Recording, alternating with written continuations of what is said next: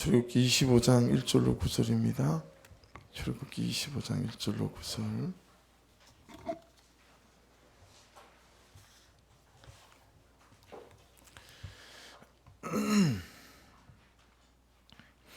한 절씩 교독하겠습니다. 여호와께서 모세에게 말씀하여 이르시되 이스라엘 자손에게 명령하여 내게 예물을 가져오라 하고 기쁜 마음으로 내는 자가 내게 바치는 모든 것을 너희는 받을지니라.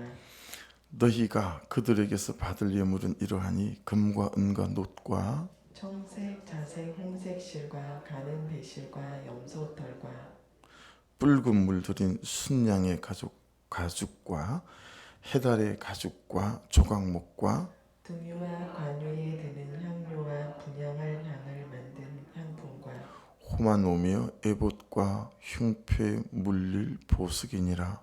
내가 그들 중에 거할 성소를 그들이 나를 위하여 짓되. 같이 읽습니다.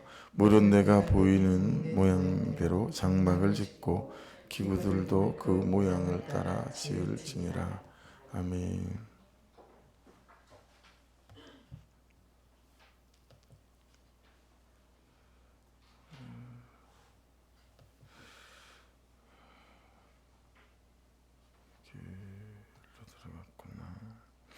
네, 조금 부대끼긴 하겠지만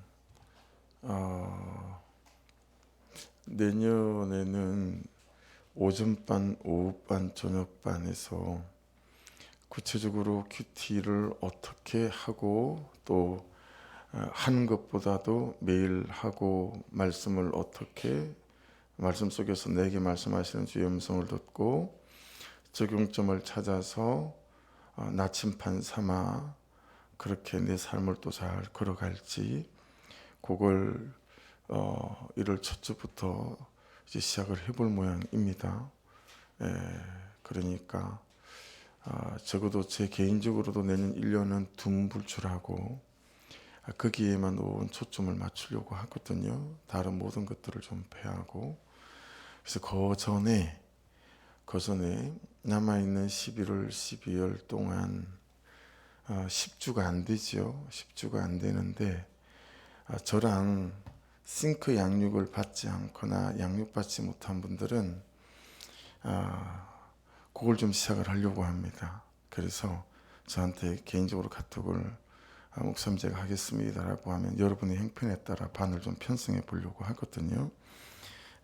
처음에는 몇 분만, 내년에 또 목자로 세워야 될 몇 분들만 이 과정을 거치지 않은 분들을 좀 거쳤으면 했는데 또 다른 분들이 마음이 있으신 분들이 있을 것 같다 싶어서 조금 부대끼긴 하겠지만 그렇게 좀 해보려고 합니다.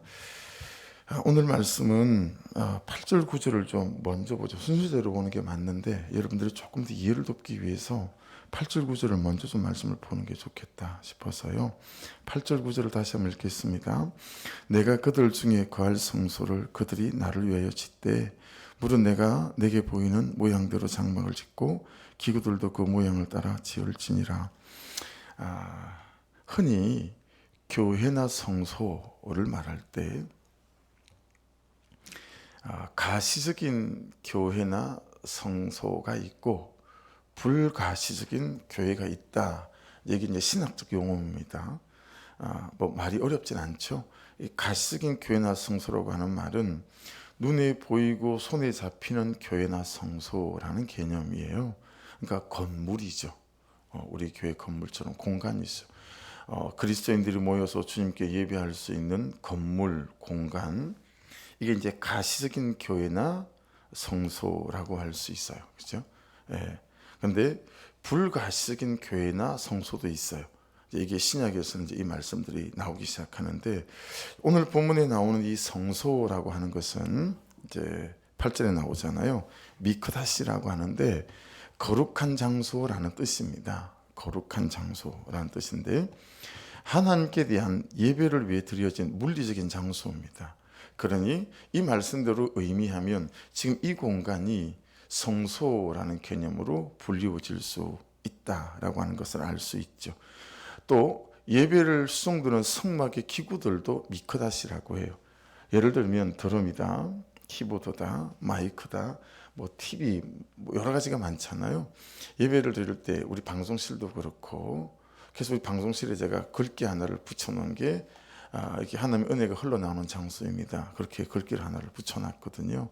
저는 것 하나하나도 이제 미크다시, 그래서 예배를 수송드는 성막의 기구들 거룩한 기구이고 또 장소이다라는 의미를 갖고 있습니다. 그래서 이제 성소라는 개념도 있지만 성막이라는 것도 들어보셨죠? 회막이란 말도 들어보셨죠? 성전이라고 부르기도 하죠. 이게 이제 순서가 좀 있어요. 순서가 좀 있고 용도에 따라서. 그런데 이제 성막이라고 하는 건 미시칸인데 출애굽 당시에는 딱 고정해서 성전을 세워둘 수가 없잖아요. 계속 이동해야 되니까. 그래서 이동해서 계속 들고 다니고 모시고 다닐 수 있는 성전의 개념이 성막, 미시칸이라고 불렀습니다. 그래서 우리가 이제 성전이라고 하면 이걸 이제 바이트 이렇게 불러요. 집이라는 개념도 있고 가정이라는 개념도 있는데 이 바이트 앞에 야훼라는 단어가 붙어 있잖아요. 하나님의 집. 그러면 이게 성전이라고 성경에 기록이 되어져 있습니다. 그래서 성전이 없을 때가 있었어요. 무성전 시대, 뭐 창세기 같은 게 그렇죠. 그리고 그 무성전 시대를 지나면 아담에게 하와에게 하나님께서 가죽옷을 입히잖아요. 이걸 이제 가죽옷 시대, 신학적으로는 그렇게 부르기도 합니다. 왜냐하면 이 신약에 오면 갈라디아서 3장 27절 말씀 같은 경우에 누구든지 그리스도와 합하여 세례를 받은 자는 그리스도로 옷 입었느니라 그렇게 이제 말씀해요. 이게 창세기 말씀하고 모양술로 연결되어져서 그래서 무성전 시대가 있었지만 가죽옷 시대가 있다. 그 다음에 여러분 창세기 보면 돌단 시대가 있어요. 아브라함이 야곱이 아침에 일찍이 자기가 베개하였던 돌을 가져다가 기둥으로 세우고 그 위에 기름을 붓고 말씀 기억나시죠? 이런 걸 돌단 시대 이렇게 불러요. 이제 그 다음에 출애굽하면서 성막 시대, 오늘 출애굽기잖아요. 이 성막 시대가 시작이 되어서요. 그리고 이제 다윗이 너무 성전을 짓고 싶었잖아요. 근데 하나님께서 너는 정복 전쟁한다고 너무 피를 많이 흘렸으니까 거룩한 성전을 짓는데 다윗 조금만 참았으면 좋겠다. 내가 네 아들 통해서 성전을 지을게. 그래서 다윗이 성전 지을 수 있는 돌 하나까지, 나무 하나까지 전부 준비를 다 하고 죽어요. 그리고 솔로몬 시대에 이제 성전을 짓죠. 이걸 이제 솔로몬 성전이라고 해요. 근데 여러분, 이 솔로몬이 죄를 짓게 되고 그의 아들 르호보암 시대에 남북이 갈라지지 않습니까? 쪼개지잖아요. 남북이 쪼개졌을 때 이제 북은 아수르에게 멸망당해서 사실은 없어지고 이 남유다는 우리가 아는 바벨론 70년 포로 생활을 하게 되잖아요. 포로 생활을 하게 될 때 다시 스룹바벨에 의해서 들어와서 다시 성전을 재건해요. 이걸 스룹바벨 성전이다 이렇게 부르거든요. 솔로몬 성전 시대가 있고 스룹바벨 성전인 스룹바벨이 예루살렘 성전에 비해서 너무 초라했어요. 그래서 스룹바벨 성전을 지어놓고 예루살렘 성전을 이미 보고 알았던 사람들은 많이 울었다라고 성경에 기록되어 있어요. 너무 초라해가지고 많이 울고. 그런데 헤롯이 이제 로마 시대로 오면서 유대인들을 잘 좀 통치하고 싶으니까요. 환심도 사고 그러려고 또 헤롯이 아주 유명한 건축가였습니다. 그래서 헤롯이 지은 성전을 헤롯 성전이라고 부르고 지금 이스라엘 가면 남아있는 통곡의 벽 이런 것들이 헤롯 성전 시대의 유물 같은 것들이죠. 그렇게 이제 성전 시대도 이렇게 솔로몬 성전에서 스룹바벨 성전으로 그리고 이제 헤롯 성전으로 이렇게 구별되어서 와요. 그래서 지금 본문에 나오는 건 이제 성소인데 여러분 성소도 성막이 있고요. 여러분 큐티책 22페이지인가 가면 이게 지금 그림이 나와 있어요. 그래서 22페이지인가 23페이지네요. 23페이지에 보시면 지금 그 도안이 나와 있거든요. 성막이 있고 성막 안에 이제 앞부분이 성소고요. 뒷부분은 지성소예요. 좀 전에 성소란 개념을 설명할 때 거룩한 장소라고 했잖아요. 지성소에 들어가는 건 아무나 못 들어갔어요. 그리고 아무 날이나 못 들어갔어요. 그래서 7월 10일 날 대속죄일 날 이제 대제사장 중에서도 이제 선별된 사람이 들어가는데 여러분에게 자주 말씀드리지만 들어갈 때 에봇을 입잖아요. 근데 그 에봇은 또 좀 특별해요. 그날 입고 들어가는 에봇을 입고 에봇 저 밑자락에 우리 같으면 가운 같은 거란 말이에요. 성가대 가운 같은 거. 얘는 가운 끝에 요만한 석류방울이 달려요. 제 엄지손가락 손톱만 할까요? 석류방울이 주름 따라 쭉 달리게 되거든요. 그러니까 조그만 석류방울이기 때문에 몸으로 움직이면 이게 짤랑짤랑짤랑 소리가 나요. 근데 지성소 안에 들어가서 대제사장이 아버지 앞에 제사 예배하는 방법은 요제와 거제로 구별됐거든요. 이게 이제 이렇게 예배하는 거예요. 그럼 몸에서 어떤 소리가 나겠어요? 계속 짤랑짤랑짤랑 소리가 나죠. 근데 소리가 안 나면 이 거룩한 장소이기 때문에 대제사장이 죽은 거예요. 아무나 들어가면 또 죽으니까 대제사장이 지성소에 들어갈 때는 발목에다가 자기 몸무게는 끌고 나올 수 있을 만한 밧줄을 묶고 들어가요. 줄을 묶고. 그래서 짤랑짤랑 소리가 나지 않으면 바깥에서 다른 제사장들이 이 밧줄을 통해서 제사장의 시신을 끄집어내는 거예요. 그만큼 지성소는 하나님의 현현이 직접 있던 장소, 하나님의 임재가 있던 장소였어요. 그만큼 이 성막 안에 그리고 성소 그리고 지성소는 하나님의 역사와 현현이 직접 있던 장소이기 때문에 오늘 우리하고는 그래서 이 이제 지성소의 휘장이 언제 찢어지죠? 예수께서 십자가에 달려 돌아가실 때 그때 이제 성소의 휘장이 찢어지잖아요. 그래서 모든 사람들이 하나님에게 직접 예배드릴 수 있는 시대가 되어지죠. 이걸 이제 만인 제사장 시대다라고 불러요.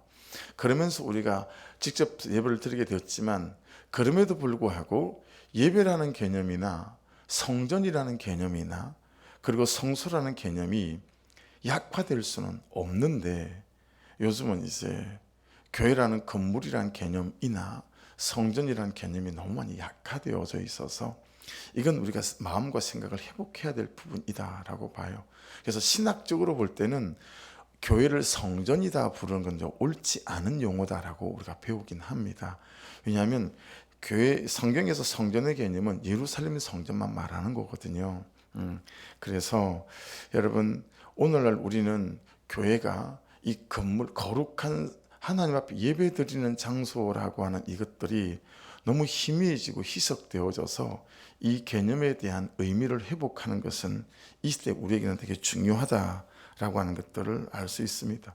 그래서 이제 성전 시대가 되어지고 그 다음에는 회당 시대가 돼요. 포로로 잡혀가니까 성전이 없잖아요.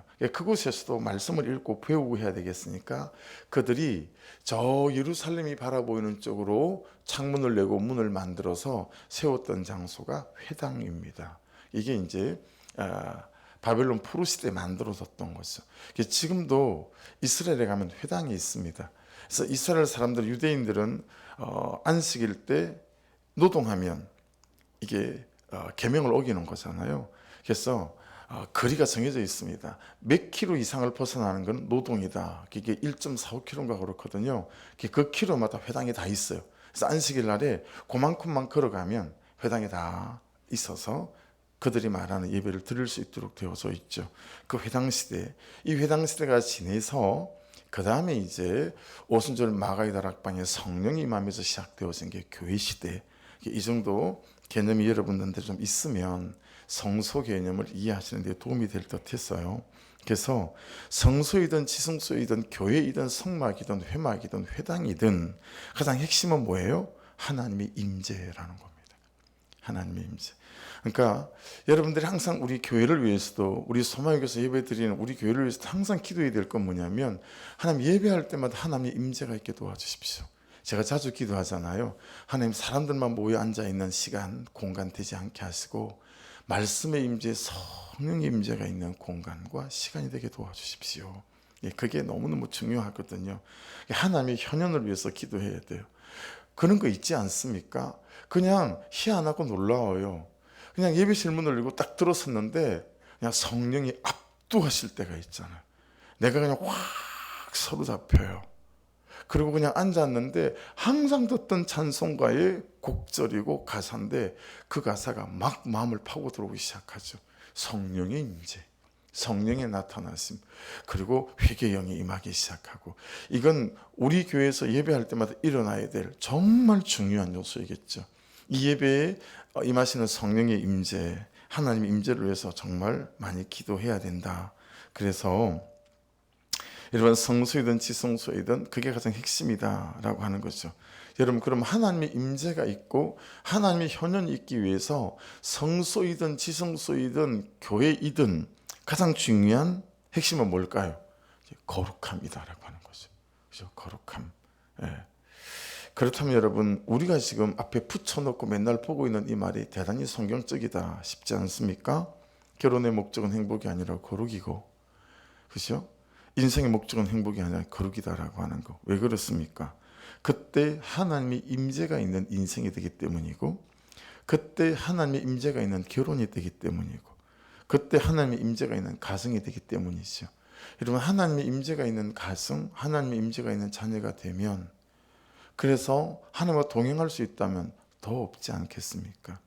그럴 때 진짜 행복한 인생이 될 수 있으니까 말이죠. 그래서 오늘 말씀도 이 성소에 대해서 어떻게 말씀하시죠? 첫 번째 8절을 보세요. 내가 그들 중에 거할 성소라고 말씀하세요. 내가 그들 중에 거할 성소. 하나님이 그들 중에 거하기 위해서 있어야 될 성소다라고 분명히 말씀하십니다. 두 번째 뭐예요? 그들이 나를 위해 짓되, 그렇게 말씀합니다. 내가 나를 위하여 짓는 것이 아니고 하나님을 위해 우리가 지어야 할 그런 성소라고 말씀하시는 거죠. 그게 여러분, 짓되하게, 그게 밑줄이나 동그라미를 해보십시오. 그들이 나를 위하여 짓되. 이건 굉장히 여러분에게 자주 언급하는 단어 중에 하나인 아사라는 단어인데, 창조기사에 나오는 단어예요. 하나님께서 첫째 날 만드셨더라. 그때 아사, 이 단어를 써요.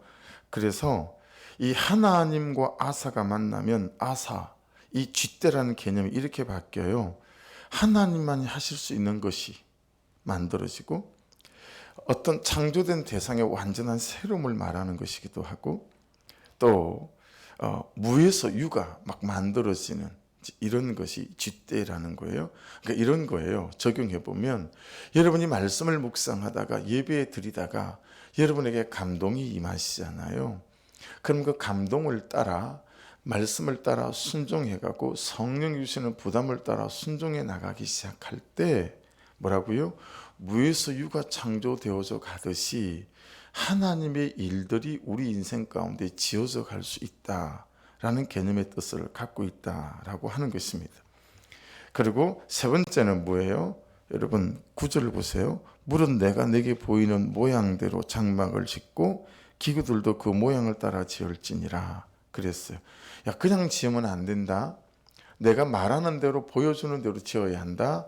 그래서 성막에 대해서 모세 선생님에게 여러분 시내산 위에서 아주 명확하게 설계도를 딱 주시지 않습니까? 그렇죠? 그거 전부 다 모세 선생님이 받아 적어 내려와서 그대로 성막을 짓지 않겠어요? 그냥 지으면 안 된다. 자, 8절 9절이 정리가 됐죠? 그렇게 딱 정리해 놓으시고, 여러분 아까 말씀드릴 때 서두에 교회는 가시적인 건물인 공간도 있지만 불가시적인 눈에 보이지 않는 교회나 성소도 있다라고 말씀을 드렸잖아요. 자, 고린도전서 3장 16절 여러분이 잘 아는 말씀이에요. 너희가 하나님의 성전인 것과 하나님의 성령이 너희 안에 계시는 것을 너희가 알지 못하느냐. 여러분이 성전이래요.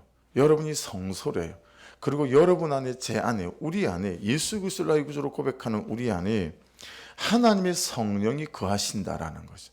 이게 이제 눈에 보이지 않는 성령, 성전, 성소의 개념이 이 고린도서 3장 16절 안에 생긴다라고 하는 거니까 여러분 잘 연결이 되고 접목이 되어지시오. 자, 그러니 이렇게 볼 수 있어요. 한 그리스도인이 한 성소다라고 말할 수 있어요. 옳죠? 성경대로. 그렇죠? 한 그리스도인의 삶 또한 한 지성소 성소다라고 말할 수 있다라고 신약 말씀과 연결이 되어지죠. 자, 그렇게 보면 오늘 말씀은 이렇게 해석되고 적용될 수 있습니다. 첫째, 내가 그들 중에 거할 성소라고 하는 것은 하나님이 그들 중에 거하기 위해서 있어야 할 성소가 바로 나 자신인 거죠. 그러니까 하나님께서 나에게 임하시기 위해서 있어야 할 성소가 바로 나 자신이다 라고 하는 것이니까 여러분, 내가 나를 구별할 충분한 이유가 있죠. 아니, 이 시대를 살아가면서 어떻게 드라마를 안 보고 어떻게 노래방을 안 가고 그럴 수 있겠어요? 라고 말하잖아요. 그럼요. 예, 이 시대를 살면서 어떻게 그렇게 살아갈 수 있겠어요? 그죠? 그렇지만 뭘 기억해야 되죠? 내가 성전이요 성소요 내 안에 성령께서 거하신다라는 개념 안에서 볼 때 우리가 우리를 거룩하게 하기 위해서 가야 될 장소들과 보지 말아야 될 것들을 구별해야 될 충분한 이유가 있죠. 예. 왜 저는 하나님이 잘 느껴지지 않을까요? 여러분, 그게 하나님 문제가 아니고 찬양의 문제가 아니고 예배의 어떤 부분이 문제가 아니라 내 성소가 하나님 그분을 애틋하게 바라고 구할 만큼의 거룩함으로 내 스스로를 구별할 수 있는가에 대한 자기를 보는 부분이 있어야 되겠다라고 하는 것입니다. 이해되시죠? 예. 그래서 안 보고 살 수 없으나 여러분, 어느 예수 그리스도가 없는 작가가 얼마나 드라마 대본을 재미있게 쓰고 드라마틱하게 극적이게 아주 그죠? 그 안에서 막 기쁨의 절정의 카타르시스가 있도록 얼마나 잘 그렇게 합니까? 그죠? 그러나 안 보고 살 수 없으나 그것들이 뭐에는 방해가 된다? 이 거룩한 하나님 그분과 깊이 있게 교제하고 그분과 동행하는 삶과는 틀림없이 방해가 된다라고 하는 거죠. 그래서 우리 어머님들, 우리 권사님이나 나이 많은 집사님들 집에 찾아가 보면 아이고야, 남김 목사 사진은 없어도요 임영웅이 사진은 걸려 있어요. 참나 기가 막혀가지고 남복사 사진이 안 걸려 있어요. 예수님 사진도 안 걸려 있고 근데 임영웅이는 아주 뭐 멋있는 사진이 딱 걸려 있다니까요. 근데 여러분, 이게 애나 어른이나 똑같아요. 그죠? 애들 집에 브로마이드 우리 애들 걸어놓는 거랑 우리 어머님들 집에 가면 그 걸어놓는 거랑 거의 뭐 똑같다라고 하는 거죠. 사실은 그 사진은 안 그런 마음에 걸어놓은 또 그런 분들도 있겠죠. 우리 50대 40대 이런 분들은 나는 없어. 마음에는 있잖아요. 그죠? 그러니까 그런 거죠. 어떻게 문화 생활을 안 할 수 있겠어요? 근데 여러분, 하나님과 더 깊은 교제 가운데 또 세워져 가기 위해서 내가 참 금할 것들을 금하는 것들은 참 그만치 우리에게 도움이 되고 은혜가 된다라는 부분에 대해서는 명백한 사실이에요. 그죠? 그래서 유행가를 자꾸 듣는 것보다는 찬송가를 듣는 것들이 내 영성에 훨씬 도움 되겠죠. 그걸 영성이다 이렇게 부르지 않습니까? 그죠? 사실 영성이란 말을 신학적으로 굉장히 배격하는 신학자가 되게 많아요. 왜냐하면 영성이란 말이 성경에 없거든요. 그래서 이제 그런 것들을 영성이다라고 말하는데 여러분, 내가 성전이에요? 내가 성소예요? 여기 하나님의 임재가 여러분 각자에게 날마다 순간마다 있기를 주의 이름으로 축복합니다. 할렐루야. 우리가 여러분 태초에 말씀이 계시니라 이 말씀이 하나님과 함께 계셨으니 이 말씀이 하나님이시니라 이 말씀이 하나님이잖아요. 근데 여러분, 이 말씀이 요한복음 1장 14절에 가서는 이 말씀이 육신이 되어 우리 가운데 거하심이 육신이 돼서 우리 가운데 거하신 게 예수 그리스도이거든요. 그러니까 예수 그리스도, 말씀, 성령 다 한 결이다라는 거예요. 그러니 말씀이 잘 이해되지 않는 것도요 내 안에 영성과 되게 가까운 문제가 있어요. 그래서 자꾸 말씀을 사모하고 기도하고 성령을 구하는 분들은 놀랍게도 우리가 소위 말하는 그는 배움의 길이가 좀 짧아도요 말씀을 해석하고 말씀을 깨닫는 건 또 남다른 분들이 또 있거든요. 그런 사모함이 저와 여러분에게 잘 있을 수 있기를 주의 이름으로 축복합니다. 두 번째도 적용해 보십시오. 그들이 나를 위하여 짓되. 그러니까 여러분, 하나님을 위해서 우리가 지어야 될 게 뭐냐면 보이지 않는 성전으로 말하면 내 자신, 내 삶을 지어가야 된다. 뭘로요? 말씀으로. 이렇게 딱 정리가 너무 아구가 딱 맞지 않아요? 그래서 말씀으로 내 자신을 지어가게 될 때, 내 인생을 지어가게 될 때 하나님만이 하실 수 있는 것들이 여러분의 인생에 나타날 수 있고 무에서 유가 창조될 수 있는 인생이 될 수 있다라는 거예요. 왜 그래요? 내가 하는 게 아니라 하나님이 하시는 일이고 내가 하는 것이 아니라 내 안에 계신 말씀이 하시는 일이고 내가 적용해 가야 될 이유가 거기에 있어요. 여러분, 말씀을 자꾸 그걸 부담으로 여기지 마십시오. 무거운 걸로 여기지 마시고 말씀이 말씀하셔서 그 말씀의 부담을 따라가면 그 말씀이 내 인생과 내 삶을 지어간다라는 거예요. 근데 그게 무에서 유가 창조될 만큼의 놀라운 삶이다라고 하는 것이니 말씀을 따라가야 될 충분한 이유가 우리에게는 있다라는 것을 알 수 있죠. 세 번째는 9절이에요. 내가 내게 보이는 모양대로 장막을 짓고 기구들도 그 모양을 따라 지어야 한다. 명백한 말씀이죠. 뭐라고요? 네가 너를 지어갈 때 네 맘대로 지으면 안 된다. 돈 많이 준다고 그 직장에 쑥 들어가면 안 되고 이런다고 이렇게 쑥 하면 안 되고 네 인생을 어떻게 지어야 된다는 거예요? 네 인생을 짓는 재료는 말씀이다라는 거예요. 그 말씀이잖아. 내가 내게 보이는 모양대로 장막을 짓고 기구들도 그 모양을 따라 지어야 한다. 여러분, 우리 인생을 지어가는 재료는 말씀입니다. 그러니 가만가만히 선물이죠. 선물이에요. 여러분, 이번에 우리들 교회 갔더니요, 이제 정말 우리들 교회 성도 중에는 저를 모르는 분들이 없어요. 엘리베이터를 타도 가만가만 목사님이다. 마스크를 썼는데도 알아요. 여러분, 요번에는요 더디어 사인을 해주고 갔어요. 목요일날 막 끝마치고 나오는데 막 붙잡아요. 못 가게. 김양희 목사님 막 왁스하고 인사하고 가야 되는데 막 붙잡아요. 그래서 한참을 붙잡혀 있었어요. 11월달 12월달 쿠티책 가져와가지고 사인해달라는 거예요. 아들을 위해서. 아이들 이름 뭐예요? 사위 위해서 쓰다. 사위 이름 뭐예요? 그래서 길게 썼더니 목사님 가만가만 목사님이라고 꼭 써주세요. 그래서 내 이름 안 쓰고 가만가만 목사 이렇게 해서 이름이 없었어요. 가만가만 목사. 여러분, 우리가 말씀으로 내 인생을 지어갈 때 그 말씀이 가장 좋은 인생으로 우리를 초대해 가실 줄로 믿습니다. 이게 참 감격이에요. 참 감격이에요. 너무너무 감사해요. 너무너무 감사해요. 해서 1절 2절을 보세요. 그렇게 해놓고 1절 2절을 보시면 이해가 되세요. 여호와께서 몰세에게 말씀하여 이르시되 이스라엘 자손에게 명령하여 내게 예물을 가져오라 하고 기쁜 마음으로 내는 자가 내게 바치는 모든 것을 너희는 받을지니라. 여러분, 지금 이분들은 말씀에 근거해서 볼 때 눈에 보이는 성전, 가시적인 성전을 성소를 지어야 되잖아요. 출애굽이니까 성막이잖아요. 그죠? 들고 움직여야 되는. 그래서 12지파니까 세계지파 동서남북으로 해서 어떻게 진행했는지 23페이지에 잘 도안을 그려놨어요. 그러니까 눈에 보이는 성소니까 여러분 뭐가 있어야 지을 거 아니겠어요?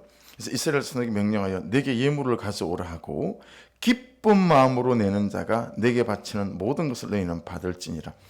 기쁜 마음으로가 되게 중요한 거죠. 그러니까 여러분, 여러분의 예물들이, 여러분의 삶의 헌신들이, 여러분 헌물들이 기쁜 마음으로 감동으로 드려질 수 있기를 주의 이름으로 축복합니다. 자, 가식인, 불가식인 성전으로 와보십시다. 말씀으로 내 인생을 지어가는 재료가 내 인생을 지어가는 말씀을 했으니 말씀이 말씀하실 때 막 용납해라 그러는데 막 그게 몸부림을 하고 그냥 그러지 마시고 기쁜 마음으로 저도 여러분도 여러분 말씀이 말씀하시는 대로 순종해 갈 때 저와 여러분의 인생이 삶이 아름답게 지어져 갈 줄로 믿습니다. 기쁜 마음으로 내는 자가 내게 바치는 모든 것을 너희는 받을지니라. 꼭 뭐라고 되어 있어요? 네가 기쁜 마음으로 바치지 않으면, 정말 순종하는 마음으로 순종해 내지 않으면 그것들이 내 삶의 성전을 지어가는 것에 아무 소용이 없는 재료가 될 수 있다라고 말씀하시는 것 같지 않습니까? 그렇죠? 그런데 여러분, 내게 예물을 가져오라고 기쁜 마음으로 내는 자가 내게 바치는 것을 너희는 모두 받을지니라 그랬는데 원래 이게 내 것이었습니까? 3절을 보십시오. 너희가 그들에게서 받을 예물은 이러하니 금과 은과 녹과. 이 무슨 말이에요? 너희가 그들에게서 받을 예물은 이러하니. 여러분, 지금 성소 짓자고 가져온 게 원래 이 사람들 게 아니고 받은 거래네요. 어디서 받았죠? 출애굽기 12장에 나와요. 출애굽기 12장 35절로 36절을 마지막으로 읽겠습니다. 이스라엘 자손이 모세의 말대로 하여 애굽 사람에게 은금, 표물과 의복을 구하며 36절 여호와께서 애굽 사람들에게 이스라엘 백성에게 은혜를 입히게 하사 그들이 구하는 대로 주게 하심으로 그들이 애굽 사람의 물품을 취하였더라. 자, 그들이 구하는 대로 여러분 집에 돌아가셔서 찾으셔서 출애굽기 12장 36절 다시 말씀드릴게요. 출애굽기 12장 36절 그들이 구하는 대로 주게 하심으로 그 밑줄을 꼭 그어 놓으시고 마음에다 좀 새겨 놓으십시오. 여러분 출애굽을 할 때 하나님께서 야 그냥 나오지 말고 성소 성전을 성막을 지어야 하니까 자기가 종이었잖아요. 노예였잖아요. 은근 패물이 어디 있겠어요. 자기 주인들에게 그걸 요구하라는 거예요. 그러면 하나님께서 그들에게 은혜를 입히사 요구하는 대로 다 줄 거다 라고 말씀하셨고 그들에게 다 받아 나온 걸 가지고 성소 성막을 지었다 라고 지금 말씀하고 있는 거예요. 이해되셨죠? 그러니 여러분 은혜를 주시고 말씀을 깨닫게 하실 때 그 말씀을 따라 그들이 구하는 대로 주게 하심으로 아버지 하나님 이 주신 감동 순종하게 도와주시고 순종할 수 있도록 내게 순종이 있게 도와주시옵소서.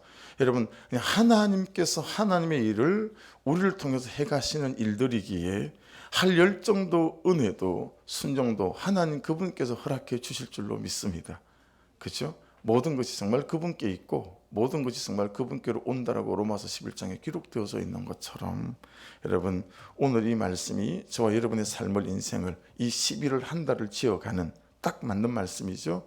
그래서 말씀하시는 대로 잘 순종해 가시면서 여러분의 인생의 아름다운 성소 내 삶의 아름다운 성소가 여러분의 가정의 아름다운 성소가 여러분의 모든 부부관계든 가족관계든 모든 관계들이 정말 하나님 보시기에 합당하게 잘 지어져 가는 은혜가 있기를 주의 이름으로 축복합니다. 기도하겠습니다. 말씀 붙잡고 기도해 주시고 중고등부 여러분 부교육자들을 위해서 기도해 주십시오. 우리 도인선 전도사님 정말 애를 쓰시잖아요. 예. 그리고 또 남수아 우리 유치부 간사님 위해서 기도해 주시고 사모님 청년회 우리 목자 한 분, 예. 그렇죠. 목자 한 분 목자분들이 너무 잘 자라시고 성숙하고 세워져 가셔서 아이고 뭐 조금 더 지나면 웬만한 교회 부목사님하고도 안 바꿀 정도로 우리 목자들이 잘 세워져 가는 것 같아요. 이제는 영혼을 사랑하실 줄 알고 도우실 줄 알고 정말 감사가 있는 것 같아요. 항상 기도할 때마다 기도해 주시고 중고등부 전사님이 하나님을 사랑하고 영혼을 사랑하는 분으로 잘 들으실 수 있도록 꼭 기도 부탁드리고 우리 선교사님들 그리고 우리 밴쿠버 소망의교회를 위해서도 기도해 주시고 우리 소망의교회에 이번 주에도 새 가정 또 다른 분들도 오셨는데 하나님 보내주신 분들마다 우리 교회가 정말 먼저 말씀을 살아내는 삶으로 잘 받아내고 살아내고 하게 도와주셔서 함께 예수의 사람으로 말씀의 사람으로 세워져가는 한 분 한 분들이 온 우리 교회 문턱을 넘어서고 들어오신 예배하신 분들은 다시는 세상에 죄악에 빼앗기지 아니하고 예수 그리스도의 제자가 되어서가는 은혜를 허락해 주옵소서. 꼭 기도해 주시고 주의 성령께서 함께 해달라고 말씀 붙잡고 먼저 기도하고 성찬으로 들어가겠습니다. 우리 주여 한번 부르고 기도하십시다. 주여 아버지 하나님 은혜와 사랑을 감사합니다. 오늘도 말씀을 통해서 이 한 달을 어떻게 지어가야 할지 이 한 달 동안 어떻게 살아야 할지 아버지 내 삶의 재료가 무엇인지 내 인생의 재료가 무엇인지